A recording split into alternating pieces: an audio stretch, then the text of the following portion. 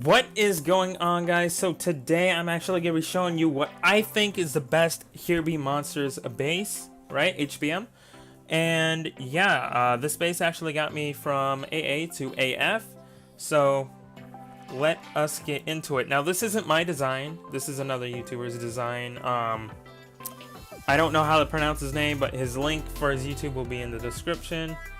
And let's get on into this. So first off, if you don't know how an HBM base works, it's basically all your heroes and towers on one side of the base and walls, and then all the buildings on the other. Now, the reason for this is because you want the first spawn over here somewhere, and once they do that, then they'll take out all these buildings, and then they'll walk and have to go all the way around, come in through the back, and attack your heroes and everything.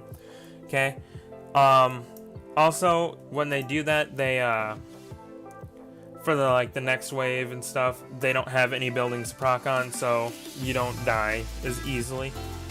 So yeah, that is basically the summary of it. So here we go. So I'm gonna okay, this is decent. Okay, so we have these two back ones, two center ones, and two front ones, right?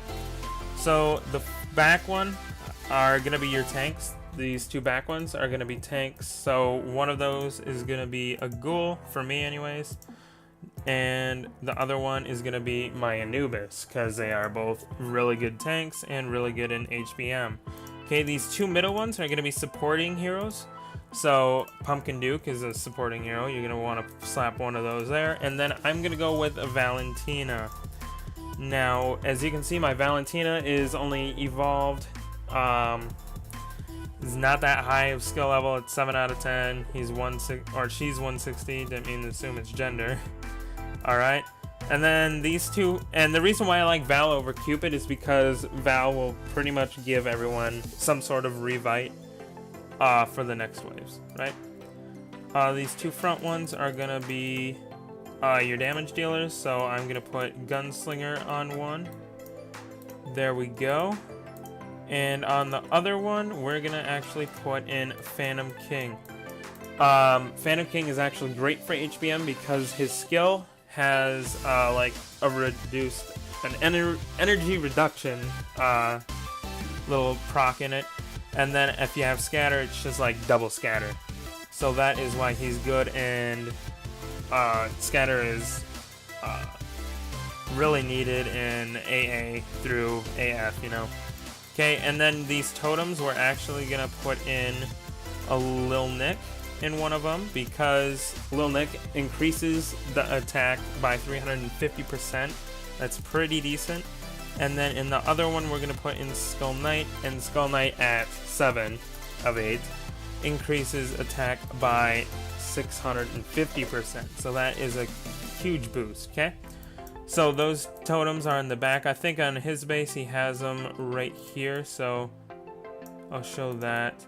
So on his base he has them like right here. I'm not sure who he put in the totems, but that's what he had, I think, if I remember right. Okay, so I'm gonna just show off AF and see if we can get anywhere. Alright, so this is what you want. You want your a spawn down here. So then they take out all these buildings, right? And I'll speed this up a little bit. So now these are taking up all these buildings. So now the next waves don't have anything to proc on. So say it's a Demogorgon and it's going to proc. It's not going to kill your heroes, okay? It'll have to go all the way up to your towers before it can hit a building. Alright. And AF1 is done. We're on the second wave. We got a back spawn. That is why you want your tanks there, because they take care of that. If you had your Pumpkin Duke back there, Pumpkin Duke would die. Okay, we got another kind of back spawn. Alright. Simple enough, hopefully. Alright, alright. Alright. Skull Knight just died. Also, I don't know if there's any Atlanticores, but if there is, watch out for those. If they proc, they will kill you instantly. Alright, doing well, doing well.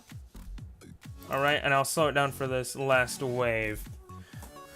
So we have 3 towers left, and none of our heroes have died yet. Pumpkin Duke is full energy, so that is great. Ghoul is almost full energy as well. And that proc, I think it was Dread Drake that took out some of our buildings. That demo proc is dead now. Alright, that demon is gonna kill all of our bases. Can we do this? Alright, it doesn't look like we can. I think we lost unless we can kill this. Oh, actually the demon aggroed on PD. Right here.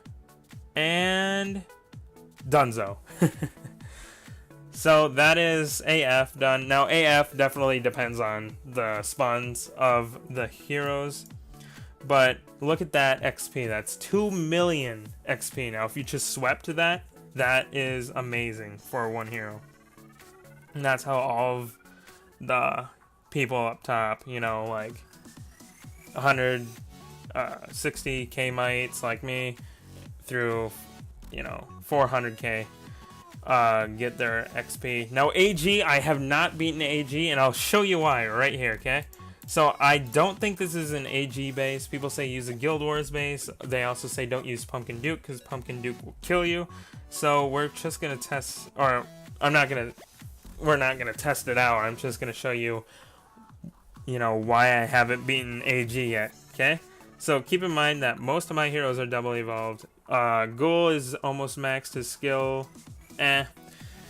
He's 9 out of 10 and 7 of 8 bulwark, so he's not completely maxed, but here we go. Alright, so that Warlock almost killed my PD right there. I'm gonna speed it up, and oh, I actually made it through AG1. Perfect. Can I go AG2? I'm assuming I'm gonna... What? Alright, yeah.